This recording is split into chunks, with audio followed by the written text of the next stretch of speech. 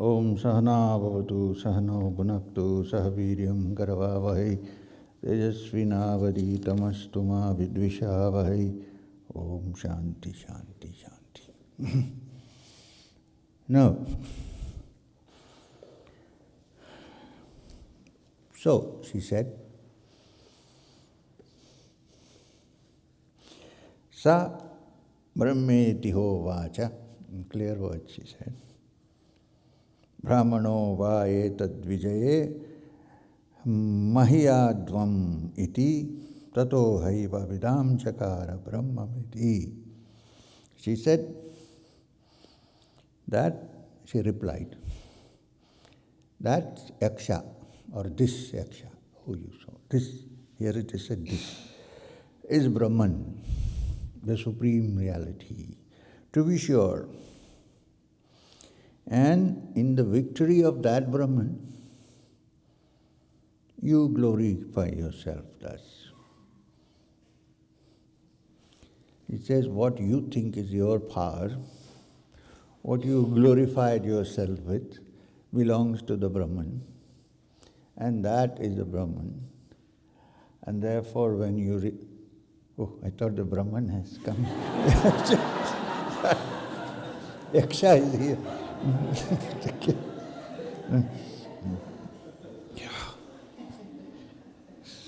Scared. Oh.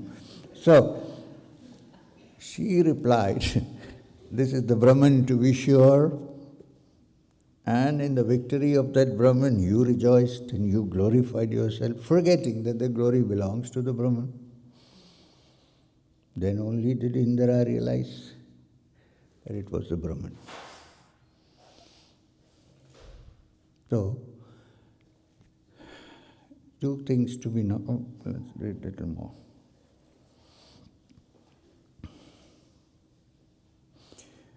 Tasmat va ite devaha atirama vivanyan devan yad agnir vayur indra tehi edan nedishtam pasprosha tehi enat prathamo vidam jakara brahmeti. Therefore, these gods, Agni, Vayu, and Indra, surpass all other gods. They surpass all other gods. Why? For they were indeed those that touched the Brahman the closest. They, for the first time, knew that it was Brahman. That is the secret of their strength. Why does the Upanishads say they were the closest to Brahman? Because according to the Upanishad, the Supreme Being is like the mighty sun. There's one distance up to which you can go. Closer, closest. If you go too close, then you don't exist, you're burnt. There is only the sun existing. Right? Sri Ramakrishna Paramahamsa used to put it very nicely when he said, it's like the salt doll that went to measure the depths of the ocean. It's made of salt, right? So when you go inside, what happens to the salt doll? There is no salt doll. There is only the ocean. It's gone. Therefore, the Upanishad specifically says closest to Brahman, not into Brahman. You can only move as close as you can. And when it's really close, then there is only the Brahman. You're not there. The problem with these guys was they were still there. It applies to all individuals. It's still there. As long as you are still there, that is not there. And that is there. You're there, but you're a shadow. You're no more, you know what. You might function, but... So therefore, Uma, the daughter of Himavan, taught this secret to the gods, that being, because of whom you have all the power, which you glorify yourself, is that Supreme Brahman. And therefore, since they were the first ones to go as close as possible to the Brahman, they are glorified as the greatest of the gods.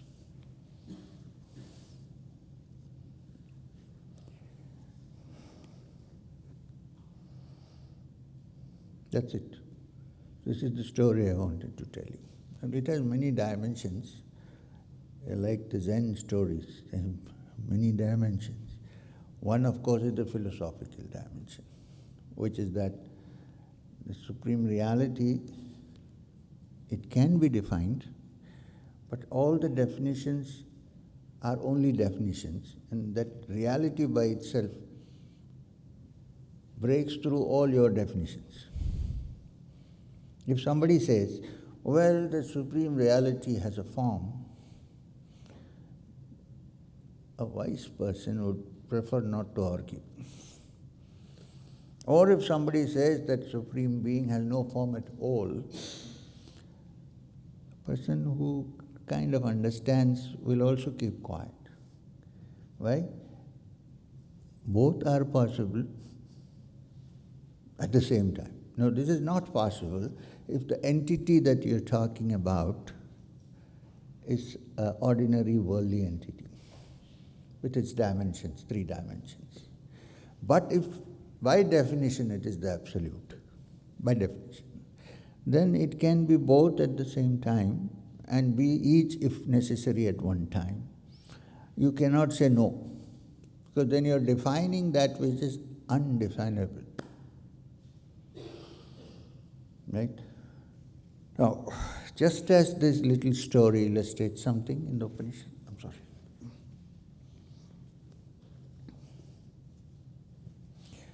I'll give you another story.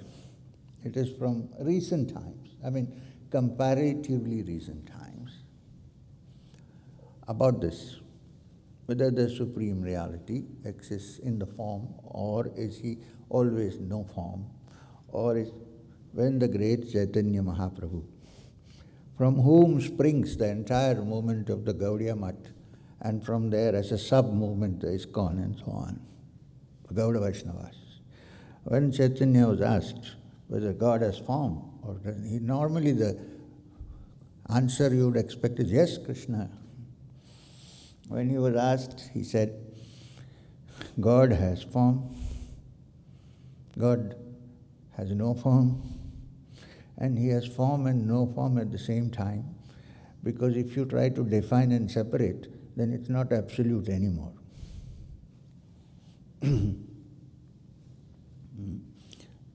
So I want to tell you a story from not now, but contemporary in a way, relatively.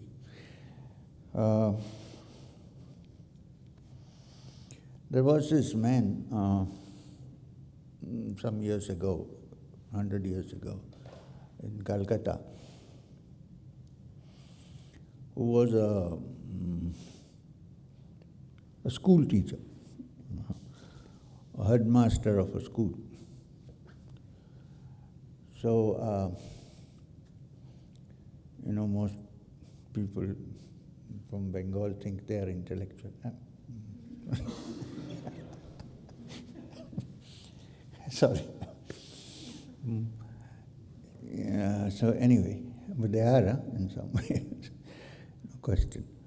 So what happened was he was a good man, and he had no interest in spiritual matters.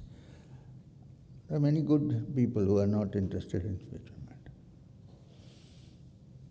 Can't rule out. And he usually is very calm self. But one day something happened which happens to all of us. I don't know all of us, most of us who are married. He had a fight with his wife. Normal, it can happen any time. It can also go off at any time. So he had a fight with his wife. He got disgusted and said, I'm going away from home. So a friend of his told him that on the outskirts of Calcutta, those days it was outskirts, and there is garden near the Ganga. The Hooghly River is called Ganga, the tributary of the Ganga, of course, where there is a garden owned by Rani Rasmani, one of the, actually she was the head of all the fishermen community there, but she was very rich and she was called a Rani, a queen. So she has a garden there in Dakshineshwar. It's called Dakshineshwar. So go there, you might find peace. It's very nice out there. You might even find the Paramahamsa who lives there. So this guy said, I don't want to meet any Paramahamsa. All this nonsense.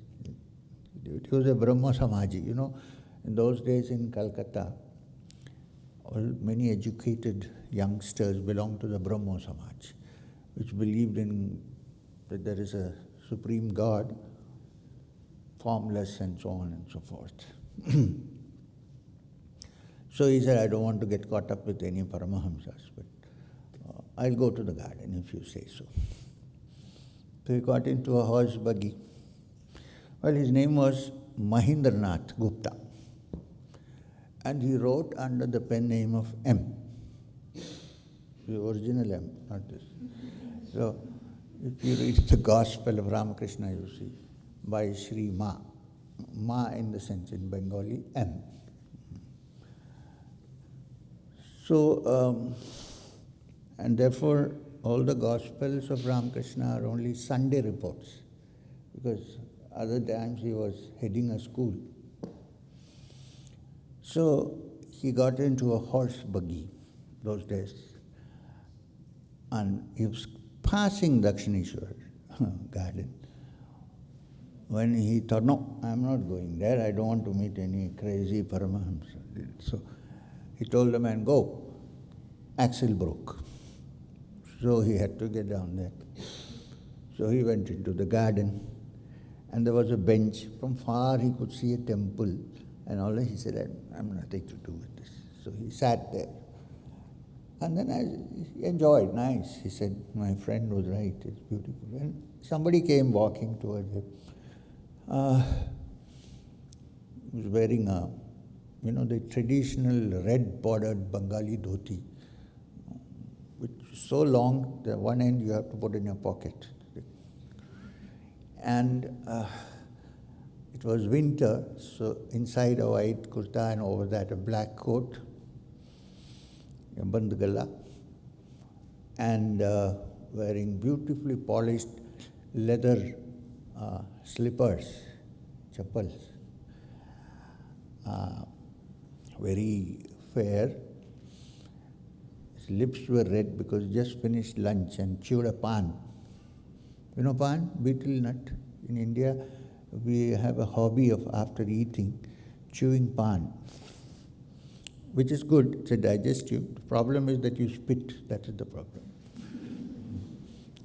Some are such expert, they can spit it like a missile. God forbid if you're anywhere around. I got hit once on my head. So anyway, came from a bus, I was just going on the side. Old ladies especially. So anyway, so he'd just eaten pan, so the lips were red. And he came to him and he sat down near him. You know, you might have seen Ramakrishna Paramahamsa's picture, there's always a beard. In the early days, he used to shave clean and have a cropped hair. And so he came and sat down near him and he said, oh, what's your name? He said, Mahindranath. Nice, nice. Then he asked him, I heard there is some Paramahamsa. Because he never thought this is a living, he thought of all that, paraphernalia.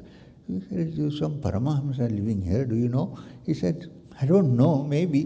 But anyway, sit down, let's have a chat. So he said, no. They chatted for some time, then he asked him, suddenly he asked him, do you believe in God with form or without form? The guy was wondering, why is he asking me this question of all things, stranger? He said, well, I believe in God without form. He said, why? Oh, I'm from the... Oh, yeah, okay, he said. Good, good. There are lots of young people who are in the Brahma Samaj. Then he said, so this God of yours, does he sit in some special heaven or is he everywhere, all pervading? He said he's everywhere, all pervading, not in some special setup. Then he said, you see that temple out there? Yes. Now there is a deity there, Kali.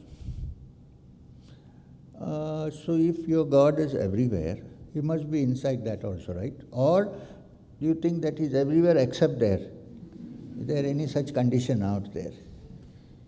He said, no, there cannot be, so it must be inside also. Good, he said, that's nice. And he said, come again. And he left. Oh, then he said, that is true, he is also inside the deity there, but people don't know that, They think God is the image. So since we know that, we need to teach them. Then he stopped him. He said, look, you guys, the problem with you, you don't know a thing, but you want to teach. This is the problem with you. He didn't say anything. He got a little irritated and he came off. Many days passed. Many Saturdays and Sundays he thought, I will go to that. Then he said, no, then maybe that guy will come and talk to me. Forget Paramahamsa, this is enough. So he didn't go. One day after 2-3 weeks, that if you go to that Dakshineshwar temple, as you enter on the right side, there is a small room and a bed. This man, Ramakrishna, Paramahamsa, used to live there in that room. And it is in that room where all the young boys used to gather together. One of them became Swami Vivekananda, one of them became Shivananda, and so on. They all used to gather there. And nobody thought there was any serious teaching going on. They used to joke, talk, and sometimes Ramakrishna used to jump like a frog and show how the Kundalini jumps and things like that. And they had fun, and everybody went home eating sandesh and rasgullas. So it was fun, and many people used to say, this is where this old Brahmin priest is spoiling all these boys, they're not going to college, they're sitting here. Anyway, it went on. So in the same room, they were sitting on a Sunday and talking. Young boys, including Naren, Swami Vivekananda in future were there. And suddenly Thakur, and I said, Thakur, me Ramakrishna Paramahamsa, said,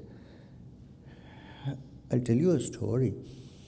Once upon a time, there was a priest in a temple who used to mix opium in the milk that he gave to devotees. And what was left over, he used to keep there. And the peacock used to come and drink it. He came once and drank it, because it's mixed with opium, right? So then every day, he used to come and drink the milk, because he got addicted to the milk. Then he said, the peacock will come now. He didn't know what he was talking about, because sometimes he said strange things, like there, somebody is going there, they are going for darshan in the temple, and they would look, there's nobody there. They thought one of those things. Maybe he's seeing what we can't see. He said, peacock will come now. They kept quiet. Then conversation continued. After a while, suddenly, M happened to come. 3 weeks he didn't come, resisted. 4th week, something pulled him. So he came there. And as he entered the room, Thakur whispered to one of the boys who was sitting there, the peacock has come. So everybody burst into a laugh. This guy didn't know why they were laughing. So afterwards he asked them, why were you laughing? Then they explained to him the story. So it's like that. When the opium is mixed in the milk, and you drink once, and then you come again. I see many old faces coming. I don't know why you come. Anyway, so why did I say this story? Why? I was trying to explain that that Supreme Brahman that we are talking about, who cannot be tangible, who even Indriya cannot detect, who was so powerful that it's more powerful than anything else, while it's actually not palpable to the senses, it's palpable to the inner senses. There are many sets of sense organs. There's the karma indriya, there's the jnana indriyas. There are many. So when the mind becomes absolutely quiet and still, then that mind which is absolutely quiet and still ceases to exist as it was before. It's a new mind. It's like a mirror that has been nicely cleaned. Then there is only the Brahman. There is no mind. And for this, I need to go back to something we started with yesterday. You like this, no? Jumping from one Upanishad? Yes? Said something.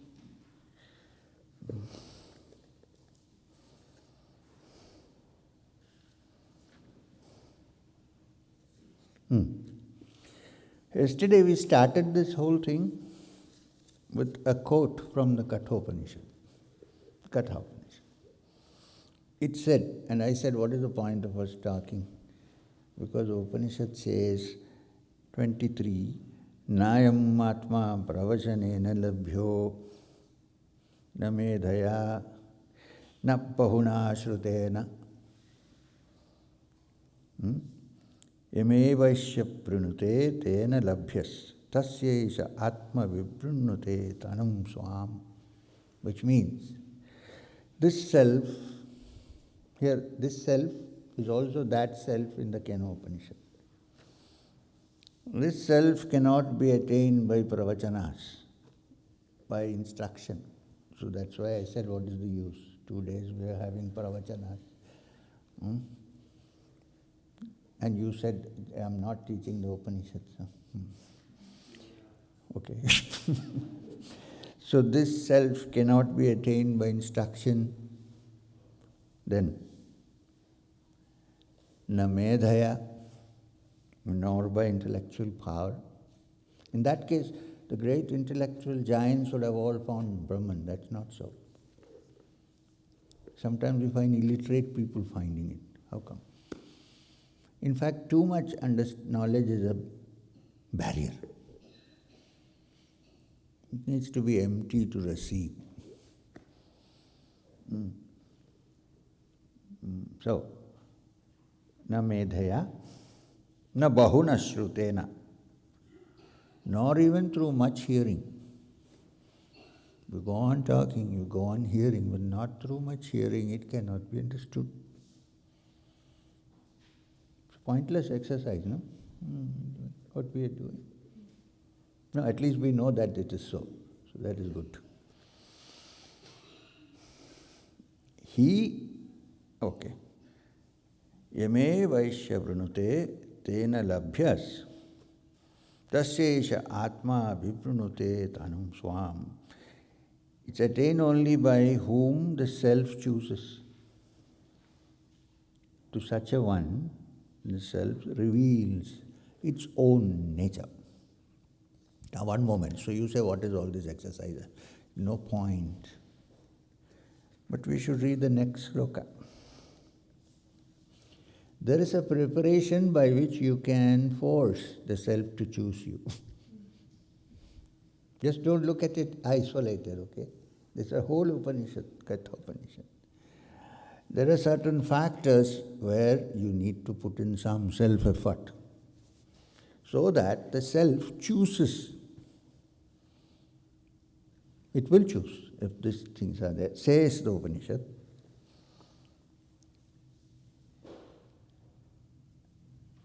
Navirato dushcharitam nashanto nashamahita nashanta manaso ipi prajnanenam apnuyat. Not he, you can also say she, not he who has not desisted from evil ways, not he who is not tranquil, not he who has not a concentrated mind, not even he whose mind is not composed can reach this self. To him the self will not reveal itself. Having said that you can do nothing, pravachana, hearing, talking, no, the self chooses you. Then it says in the next sloka that there is a preparation for you to get ready before the self says, let me choose this guy. And this is the preparation, which desist from evil ways. When you say, what is one evil? Biggest one is yourself. Everything for myself, nothing for others. You see that? That is the root of all evil. I want to grab everything from everybody. I don't want to give anything to anybody. I'm not saying you are like that. I'm just saying. And jealous of others. Now that is a disease very difficult to get rid of, because it has nothing to do with you. If I'm greedy, I can say, okay, I will not eat this. I will stop being greedy. Jealousy. Somebody is happy and you're unhappy. What do you do? One of the biggest problems. You know why? Because you think happiness is limited, can't share it. This fellow is having so much, what happens to me? So, what is the preparation which will make you ready for the self to choose? Not listening to, listening to discourses. Without that, you wouldn't have read this all. They're not discouraging you. They're saying, however much you listen, if these qualities do not exist, the self cannot choose you. You cannot catch the self by force. What will you catch when it is you? You know Kabir's famous song, "Muh ko kahan dhoonde re bandhe, main to tere paas hoon." In English. Where are you searching for me? Oh man, I am inside with you, beside you. But then that beside you can't be seen because there are many curtains. And these curtains we can definitely work on. And what are the curtains? Desist from evil ways, which means not to create problems for us. I know people who cannot sleep tranquilly if they have not done one thing which causes some problem to somebody. I'm not joking. You may not be like that, I hope. There are. And not he who is not tranquil. So therefore, this is where sadhana comes into the picture. Learn ways and means to make your mind tranquil. Even when you understand the fact that when the mind is agitated, you're not touching the source of your joys, then it begins to try and become tranquil. Even the understanding.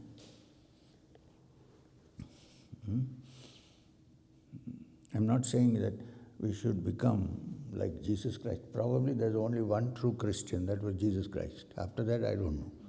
Bless them that curse you, do good to them that hate you, pray for... But if you do that, then you're ready for the self to choose you. So, not he who is not desisted from evil ways, not he who is not tranquil, one whose mind is not concentrated, na shanto manasa, whose mind is not settled down in tranquility. Now, if you desist from evil ways, when I say evil ways, anything that keeps your mind from becoming tranquil, that's what I mean here in this context. And then the mind automatically becomes tranquil. You don't even have to attempt. it settles down because it's not much to worry about and create problems. Right? And then that tranquil mind is a concentrated mind. If you say I have a concentrated mind and it has not become tranquil, that concentration is very unsteady. It will go off in 1 minute when you are distracted. But a tranquil mind is not distracted, so therefore it's fully concentrated. It's not losing energy. You know how much energy we lose simply by thinking about unnecessary things. Unnecessary things. Things which we have nothing to do with what we... Lots of people don't sleep nowadays because elections are going on in India.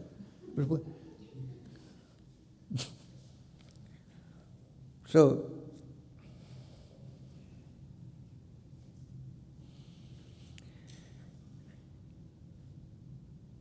not even he whose mind is not composed, can reach this self, even through right knowledge. Right knowledge, yes, now we have understood, okay, this is what it is, yes. But then when we go out, are we putting too much salt in somebody else's food? So, this daily living on this earth, person to person, relationship with human beings, it's really very, very intimately connected with your understanding the truth. Because if you reform, if you change yourself, then the mind becomes tranquil. Otherwise, it's always like, it's like telling a lie, you know. You tell one lie, then you have to support it with another lie. Suppose your original lie was uttered 7 years ago. The rest of the 7 years you are supporting that lie. And you gather more and more lies. And then there is this fear that one day my original lie might be discovered. How can there be tranquility? Okay, there's a solution for that. We can say, okay, I lied once, let me confess. I did. Let them discover, who cares? Free. So, the Upanishad therefore says that while it is not attainable either through pravachana or through too much intelligence or through knowledge, gathering of it. Now, knowledge is not gathering of information. You know that. Today you don't need to carry a load of information on your head. Sit on your laptop. Google God is there. Right? Why are you carrying? You don't need to. The more information you carry, more you're messed up. You need information to drive your car, I can understand. But beyond that, or eat your food, of course, you should know that you should eat like this and not like this. I mean, this is basic. Apart from that. So, when the mind is composed and tranquil, the previous one said the self chooses who we want. And then it says next that please follow these principles and the self is going to choose you. And then, Yasya Brahma Chakshatram cha ubhe bhavata udhana mrityur yashopaschanam ka itta veda yatra saha. Which means, he for whom is talking about a person who has understood the self, who has realized the self, who has touched that Brahman. Such a person, says this Upanishad, Katha Upanishad, he for whom priesthood and nobility both are as food, and death is like a sauce. Who really knows where he is? It means if one really knows who is, death is something enjoyable, like the sauce that you add onto the food. And what is the food? Priesthood is the food. The man becomes free.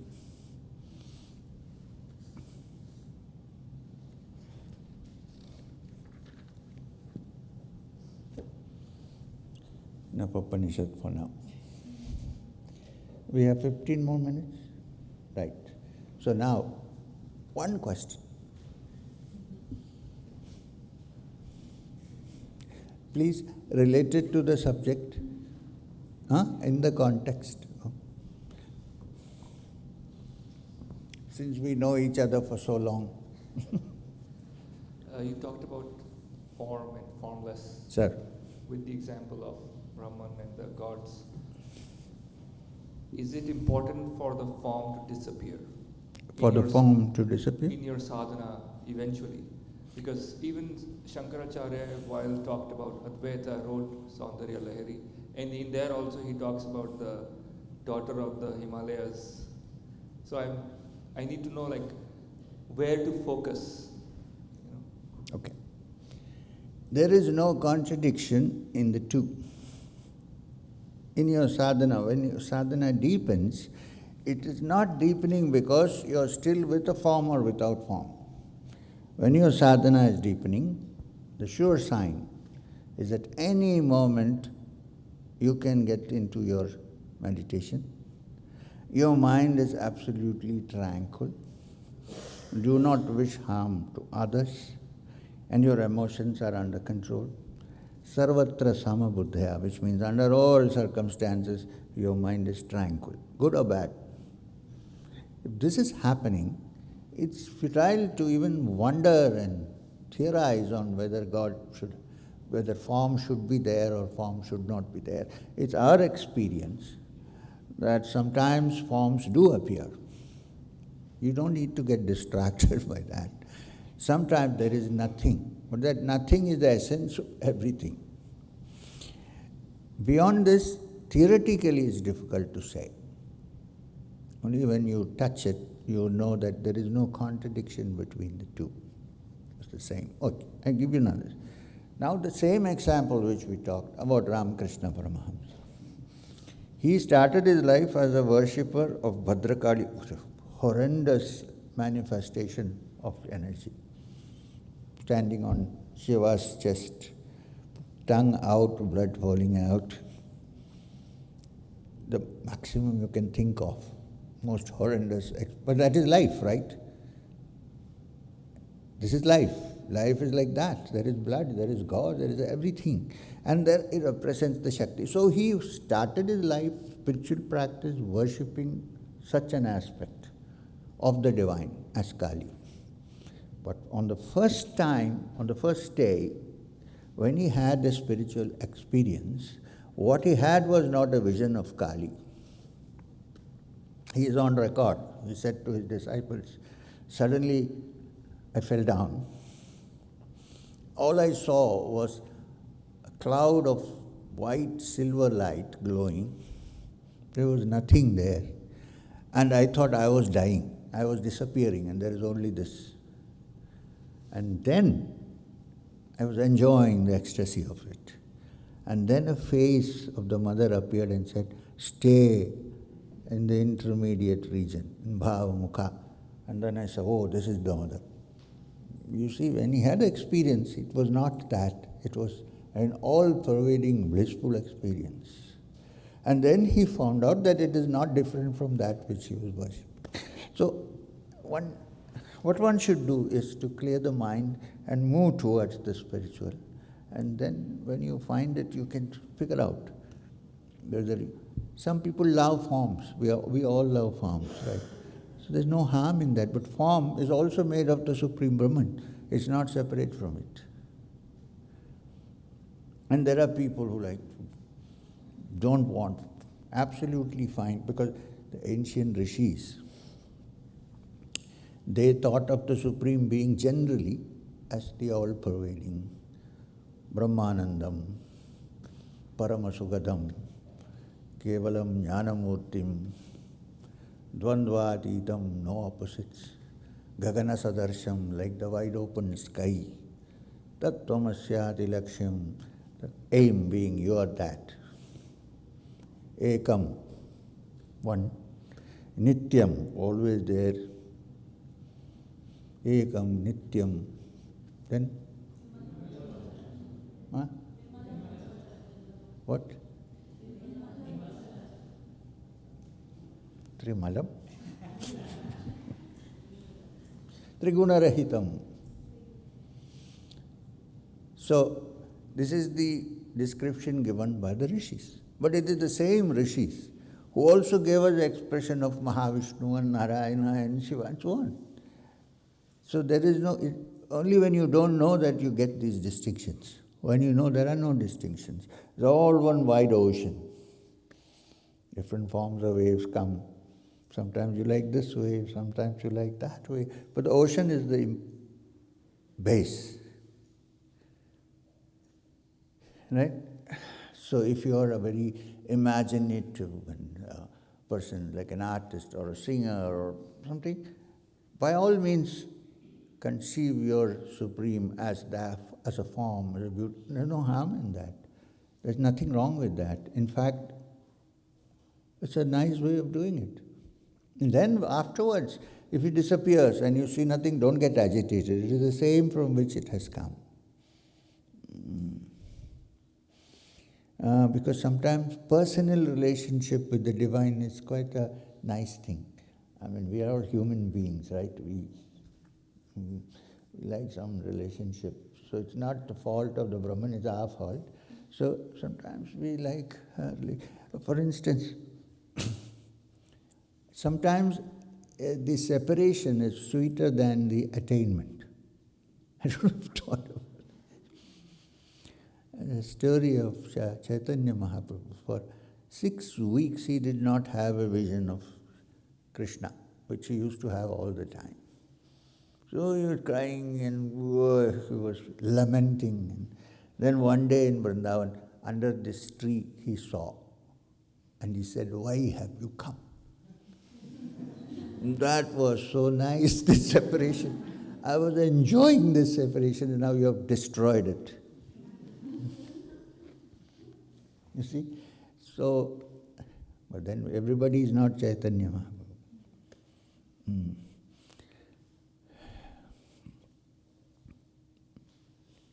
We have time for one more question. I don't know what to do now. Since first Shiva asked, now we'll give Shakti the chance. Yeah. Anybody? Thank you, Namaste Guruji. My question is, when you had these advanced meditation experiences like opening of chakra or samadhi experience for the first time in this birth, it must have been strange even for you. Must have not been the exact way what you might have read.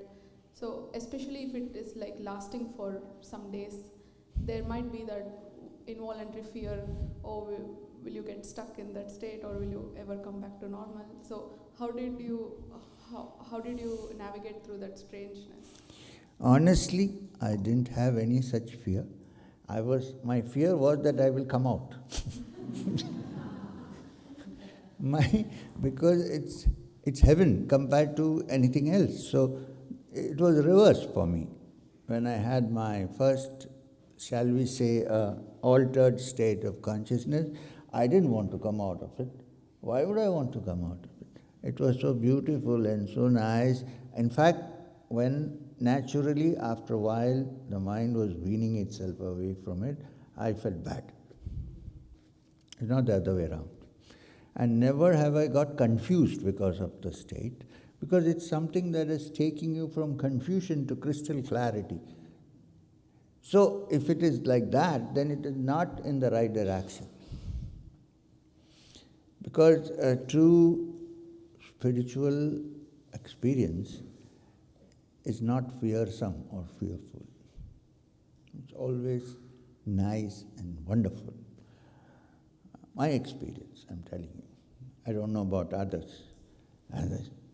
It never occurred to me, how will I come out? In fact, it occurred to me at one point, oh God, I'll have to come out of this.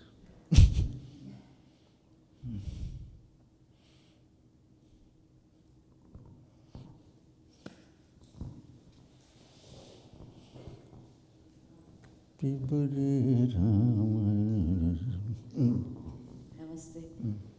My question is, how does a lay person know the difference between a delusory thought, like delusion, and actually being closer to the divine? I mean, how would we know whether we're in the right track? It's as good as if you see a genuine person, you know that the person is genuine and not a fake. It's only like that. There is nothing else in it. It's like, what do you mean by delusion? So, like for instance, if you take a drug, you will see some. Maybe you will even see gods. But have I changed? That is the criteria. After the experience, am I the same stupid person? Or when I am out of that experience, has something happened to me and I am no more the same person? This is the main criteria to check. If I see hundreds of gods singing songs before me, and then I wake up and I am the same person, then those were not gods. We were passing through some dreamlike state. When this happens, there is no need even for any proof for this, because you know that from deep down that you've changed. You're no more the same person. Everything has changed for you. It's the same world, but the world is looking different. It is multicolored world. You usually see only two colors. Even though we see colors, we normally see black and white. Although the eye registers everything. So, it's not, I'm glad you asked, but it's not a question at all, because once you're in it, you've experienced it, you're so sure about it that it brings about a change in your mind and your actions, which cannot happen if it's merely a vision which is a delusion. Does it also imply that we have energy changes? Of course. Yes, yes. It also means that, don't try experiments, that you sat somewhere under a tree and you had a remarkable spiritual experience, let's say, blissful and full of energy, and then you got off from under the tree and you went and sat in a bus. And the people sitting in the bus are thinking, what is this guy now? Where is this coming from? For me, the greatest problem is if I go and sit in a bus, when there's nobody, even one person is there, they'll somehow come and sit near me, and I can't travel in peace. For some reason, they start telling all their problems. And I'm thinking, I thought I'll have a nice ride. They start by saying, my wife died. Oh my God, I said, yes. Because you also become very sympathetic to people. And the mind changes. It has some energy which wants to help, which wants to do something. That's why people, otherwise, I don't know why people come here, for instance. I really don't know. I don't do anything. I just sit down and do some reading, teaching, and then I go and disappear there and you go there. I don't know why you keep coming again. Something must be on.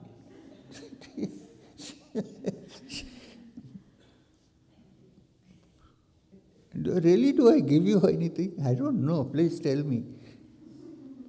You keep giving me things, of course. Somebody brought a cover today with some coat or I don't know what. I'm not saying you should bring, okay? Okay, now we meet in the evening session. We have two sessions, right? 3:30 to 4:30. And then meditation, right? When I come back, why you want to ask? No, you did this.